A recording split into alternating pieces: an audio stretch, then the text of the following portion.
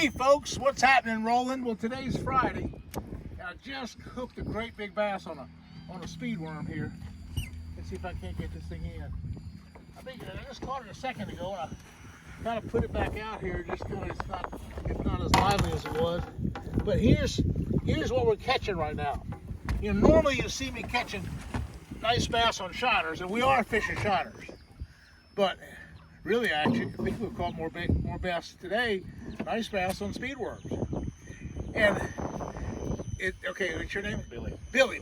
Billy's kind of lit the whole deal up. Hey, Billy, come on up here just for a second. Billy's from the Palatka area, the St. John's area, and Billy's a speedworm nut. Love the speedworm. Yeah, That's why. And so he's asked me, we're fishing shiners about an hour ago, and he's saying, you got any speedworms? And the first one you caught another one this size, 5 or 6 pounds. Yes, sir. And then he caught another one about, we caught 3 pretty good 3 or ones, 4 5 or 6 pounds. Yep. On a speedworm. That's at least 6, maybe 7. I don't know. It's a good fish. But anyway, that's a good deal.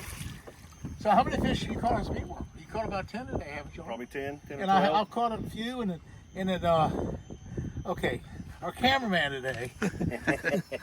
let me get this straight. What's your name again? Harvey, you booked the trip, and you're from the same area. You're from Middleburg, Florida.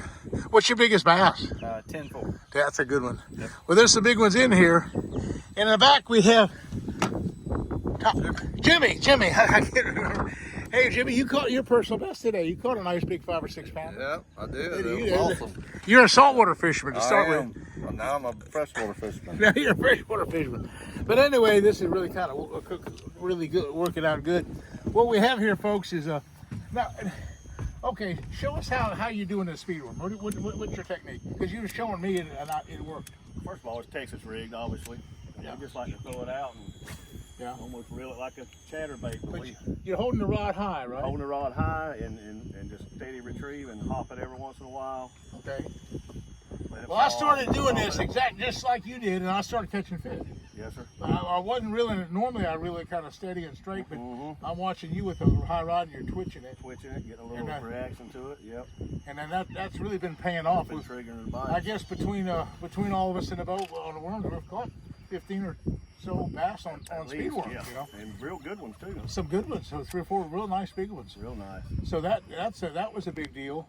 Now, to start with, I'm a shiner guy, and so I told these guys we're going to probably catch a monster bass on a shiner. We haven't caught much anything on a shiner. Not really. We caught a couple, maybe 5 pound, something like that on a shiner. We haven't caught a big been the speedworm. The speedworm's been a better deal. Been the deal. And so what I'm using on a speedworm is kind of cool. I'll just show you the outfit that I used it on. By the way, I didn't really. I mean, I threw that fish back out just to catch it. I caught it before. So I wasn't trying to show you that I caught it. I just wanted to kind of make the film more exciting. Okay, let me show you what we're doing with the speedworm. And it's kind of cool. I'm using a monofilament, a 17-pound monofilament. You're using a 50-pound braid, and that's good. The braid's good. To start with, we're using a 5/0 EWG hook. That's a 5/0 EWG hook. Now, this is the regular big size speedworm. This isn't the little one. The tail's kind of ruined. It's already cut off a little bit. But I'm hooking it Texas style, and just coming through. And the tail's messed up. I'm gonna show you. The one probably better. This is a brand new one now, in a darker color. And I'm coming through the head of the worm about an inch, and pulling it down like that. Coming forward like this, and taking the hook. And here's the deal about the hook. I'm taking the hook and laying it by there, and coming up through the worm, and so it's now laying flat on the top of the hook. The hook's laying flat on top of the worm, so it's not too hard to penetrate. It doesn't have to penetrate.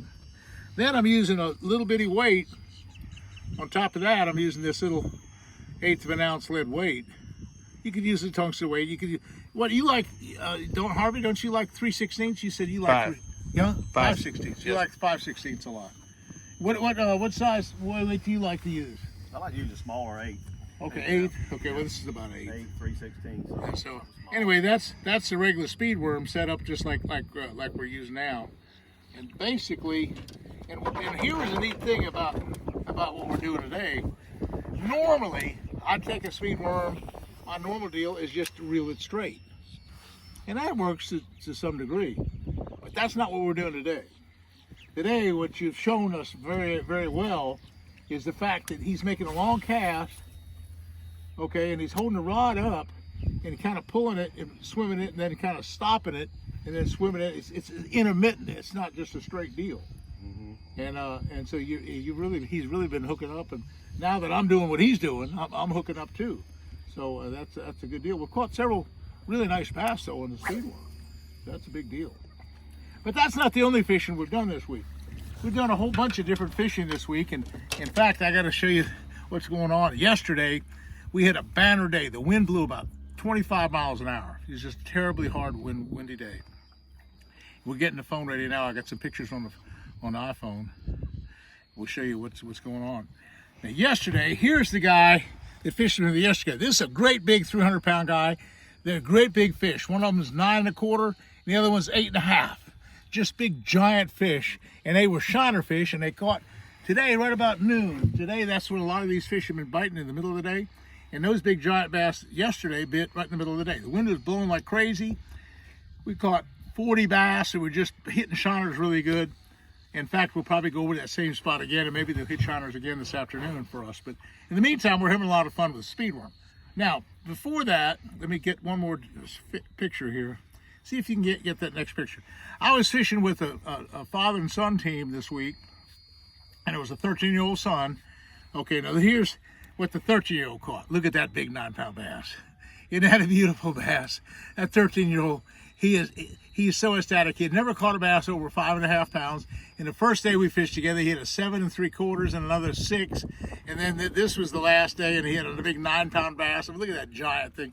That's just an amazing big fish for a 13-year-old. And what was so cool about it was his father had visitation rights for the son, and so he'd take him on these annual fishing trips all over the place. He'd taken him to Canada one time. He took him all over these places. And this was his big yearly fishing trip, you might say. It was a spring break deal or something. And so the son had never caught any kind of really big bass. And look at that, it's about as big as he is. And that was quite a experience having and we made this 13-year-old the designated angler. Every time the shiner float would go down, okay, son, get it, and he would get it. And he caught, I think I caught 3 bass that day, and the father caught 8, and then the son caught like 35. So it was a pretty good day.